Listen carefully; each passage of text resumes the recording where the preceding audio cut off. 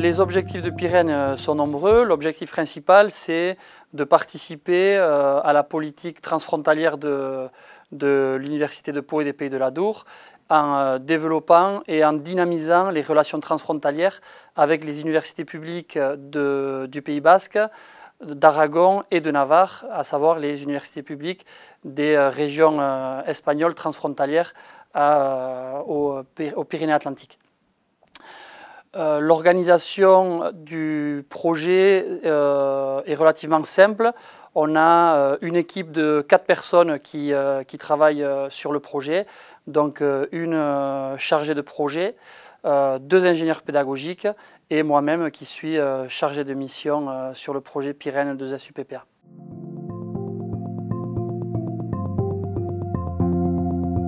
L'intérêt d'avoir une équipe projet composée de 4 personnes, c'est d'être en mesure d'accompagner sur le terrain les personnes qui nous sollicitent pour le financement de leurs actions. Les 2 ingénieurs pédagogiques participent activement au montage et au déploiement sur le terrain des actions. Et la personne qui est chargée de projet assure un accompagnement logistique qui permet de décharger complètement les porteurs d'actions de cet aspect-là.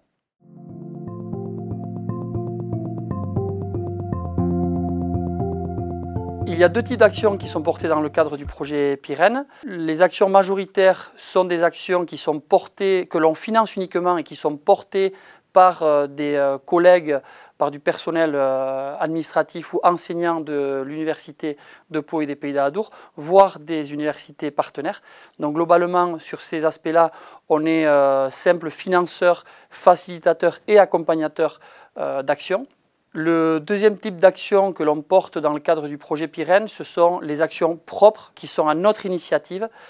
Donc, il y a d'une part les actions de formation au personnel, formation linguistique et formation également en gestion de projet, en outils de gestion de projet, et également des actions de dynamisation du réseau transfrontalier, donc en organisant des séminaires, des rencontres transfrontalières et en animant le réseau transfrontalier Pyrène.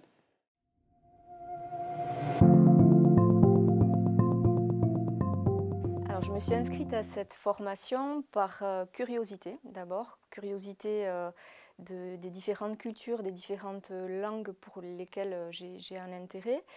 Et puis aussi parce que j'imaginais que les acquis de cette formation pourraient me servir dans ma vie professionnelle. Et surtout parce que dans l'intitulé de la formation, il était bien dit que cette formation nous permettrait de nous faire comprendre par des interlocuteurs qui n'étaient pas de notre propre langue et qu'on pouvait aussi comprendre ce qu'ils disaient sans forcément parler leur langue.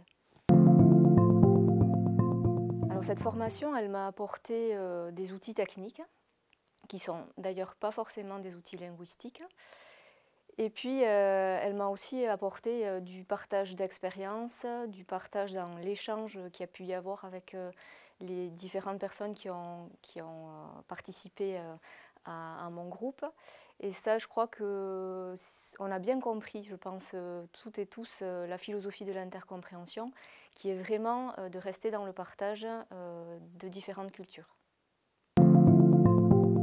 Alors, dans mes perspectives, on va dire plutôt à court terme, ce sont des perspectives d'utilisation des différentes techniques qu'on a pu acquérir dans ma vie professionnelle, par les collaborations que je mène avec des collaborateurs d'autres pays, mais aussi avec des étudiants qui sont accueillis dans différents projets. Et puis, je ne sais pas, peut-être pourquoi pas une suite dans cette première initiation à l'intercompréhension. L'objectif du basculement des cours en espagnol était multiple. D'abord, on doit amener nos étudiants à un niveau B2 à l'ISABTP, ce qui correspond à un niveau intermédiaire avancé.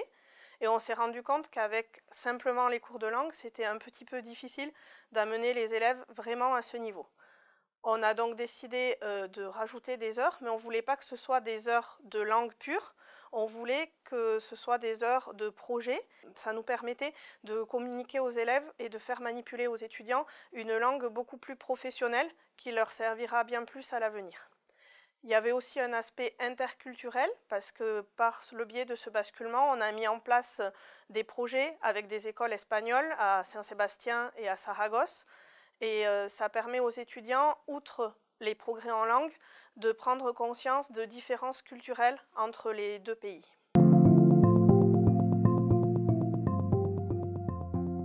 Les apports ont été multiples. D'abord, on a constaté de nets progrès entre le niveau d'entrée et le niveau de sortie. Si on compare aux statistiques précédentes, le progrès des étudiants entre leur première et leur 5e année sont beaucoup plus importants. On a aussi beaucoup plus d'étudiants qui arrivent réellement à valider le niveau B2 dès la fin de la 4e année pour la plupart, et pour certains en 5e année. Le deuxième apport, c'est la motivation. On constate une augmentation considérable de l'implication des étudiants par le biais de ce projet et de ce basculement, et une vraie cohérence et une progression entre la première et la 5e année. On a aussi un apport culturel. Le basculement a permis la mise en place de projets avec les écoles espagnoles de Saragosse et de Saint-Sébastien.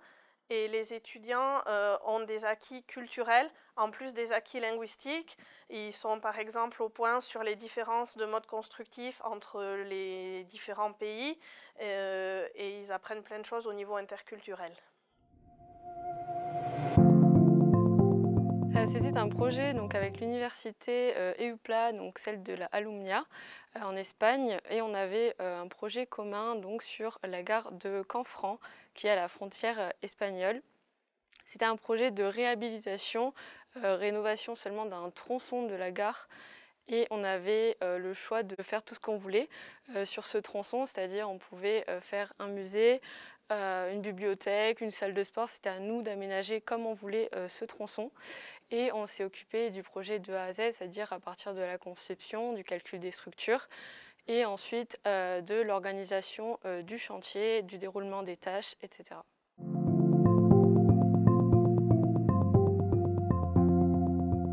Alors, je dirais que sur le plan de la formation, ça m'a beaucoup apporté parce qu'on a appliqué ce qu'on avait vu en cours.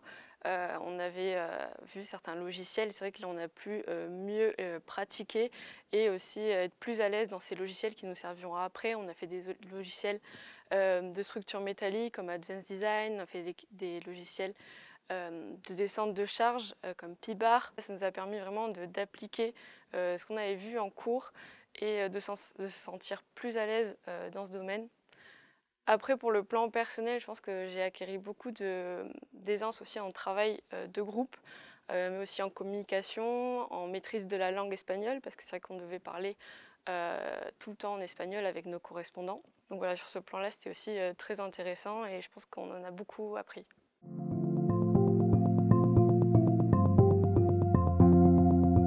J'ai beaucoup apprécié cette année. Pour moi, c'est vraiment l'année que j'ai préférée. J'ai trouvé ça très très intéressant. C'est vrai que dans notre cursus, on propose des cours en anglais, mais c'est vrai que d'avoir une année focalisée sur l'espagnol, c'était très intéressant et très enrichissant. Je pense que c'est comme ça qu'on apprend une langue, c'est en l'écoutant, en la pratiquant, parce qu'on devait poser des questions forcément aussi en espagnol, et on écoutait, on avait toujours 1h30 de cours avec quelqu'un qui nous parlait en espagnol. Donc voilà, moi je suis totalement pour, j'espère que ça continuera comme ça.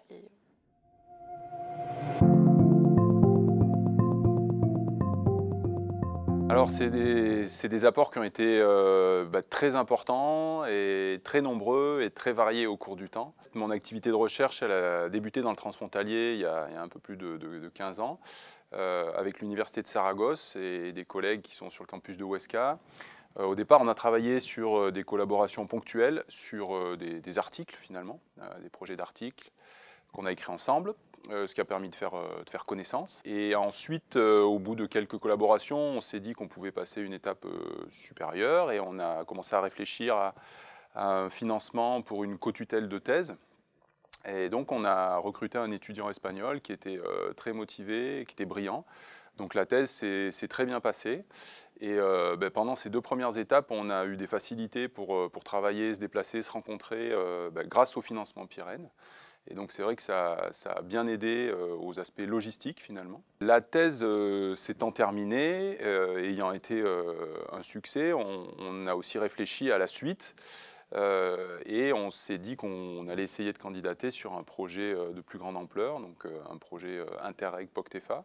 Donc on a construit, toujours entre collègues universitaires, mais aussi en associant sur ce projet 2 villes du territoire, sur un projet qui traitait de la promotion de l'activité physique pour la santé.